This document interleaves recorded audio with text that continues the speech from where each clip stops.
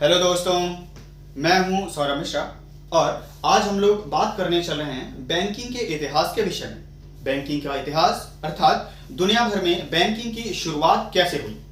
अगर हम लोग बैंकिंग के शुरुआत के विषय में बात करें तो वर्ल्ड लेवल पर जो सबसे पहला बैंक दुनिया में स्टैब्लिश हुआ वो था द बैंक ऑफ एम्स्टर्डम। और कब स्टैब्लिश हुआ था?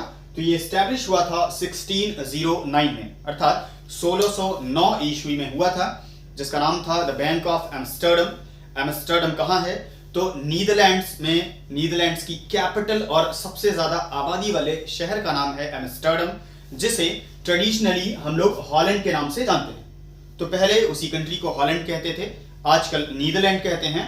और नीदरलैंड की कैपिटल है एम्स्टर्डम और एम्स्टर्डम में ही कहा जाता है कि दुनिया में पहले मॉडर्न बैंक की शुरुआत हुई थी। मॉडर्न बैंक स्टैब्लिश हुआ था। कब हुआ था? 1609 में, 1609 ईस्वी में। ठीक है। फिर अगर हम लोग इंडिया में बात करें तो इंडिया में बैंकिंग सिस्टम की शुरुआत मानी जाती है द बैंक ऑफ हिंदुस्तान से, और यह स्टैब्लिश हुआ था 1770 में। ठीक है। तो 1770 में स्थापित हुआ bank the bank of Hindustan. माना जाता है कि इसी से हिंदुस्तान में प्रॉपर बैंकिंग सिस्टम की शुरुआत हुई। ठीक है। फिर दूसरा बैंक उसके 16 साल बाद 1786 में general bank of India establish हुआ। लेकिन ध्यान रखेंगे कि 1770 में और 1786 में स्टैब्लिश हुए bank the bank of Hindustan और जनरल बैंक ऑफ इंडिया दोनों ही आगे चलकर फेल हो गए। ठीक है। फिर जो बैंकिंग सिस्टम का तीसरा पिलर माना जाता है, उसके 3 इंपॉर्टेंट हिस्से हैं, पार्ट्स हैं। कैसे? आइए बात करते हैं।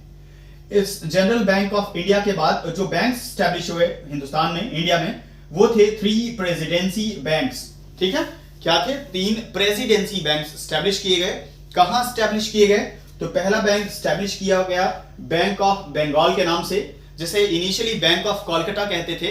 1806 ईस्वी में जब ये स्टैब्लिश हुआ था, और उसके 3 साल बाद 1809 ईस्वी में 1809 में इसका नाम बदलकर बैंक ऑफ कलकत्ता से बैंक ऑफ बंगाल इसे कहा जाने लगा।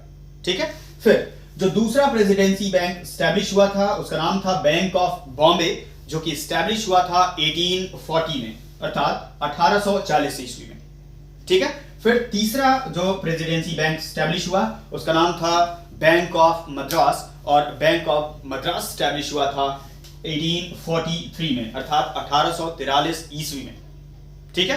तो ये 3 प्रेसिडेंसी बैंक स्टैब्लिश किए गए 1806 में, 1840 में और 1843 में, 1806, 1840 एंड 1843। ठीक है। अब एक इंपॉर्टेंट और इंटरेस्टिंग फैक्ट ये है कि bank of Bengal, bank of Bombay और बैंक ऑफ मद्रास नाम के ये तीनों प्रेसिडेंसी बैंक थे, जो इन्हें मर्ज कर दिया गया। क्या किया गया? मर्ज कर दिया गया। आगे चलकर कब? 1921 में, अर्थात 1921 ईस्वी में तीनों ही प्रेसिडेंसी बैंक्स को मर्ज कर दिया गया, आपस में मिला दिया गया, और मिला के एक नया बैंक स्टैब्लिश किया गया, और उस बैंक का नाम रखा गया इंपीरियल बैंक ऑफ इंडिया। क्या कहा गया उसे? Imperial bank of India. ठीक है। तो तीनों ही प्रेसिडेंसी बैंक्स को मर्ज करके 1921 अर्थात 1921 में imperial bank of India establish किया गया, और इसी इंपीरियल बैंक ऑफ इंडिया को 1955 कब? 1955 में क्या नाम दे दिया गया? स्टेट बैंक ऑफ इंडिया, जो कि आज एग्जिस्टेंस में है। ठीक है। और ये कैसे नाम दिया गया स्टेट बैंक ऑफ इंडिया? तो इसका रीजन था नेशनलाइजेशन, अर्थात राष्ट्रीयकरण। जब भी आप किसी प्राइवेटाइज्ड बैंक को, प्राइवेट बैंक को क्या करते हैं, या प्राइवेट इंस्टीट्यूशन को नेशनलाइज कर देते हैं, तो इसका मतलब वो सीधे सीधे गवर्नमेंट के कंट्रोल में आ जाती है, या फिर वो इंस्टीट्यूशन या फिर वो ऑर्गेनाइजेशन गवर्नमेंट के कंट्रोल में चला जाता है। तो इंपीरियल बैंक ऑफ इंडिया जो कि स्टैब्लिश हुआ था कैसे? 3 बैंक्स को, 3 प्रेसिडेंसी बैंक्स को मर्ज करके कब? 1921 में।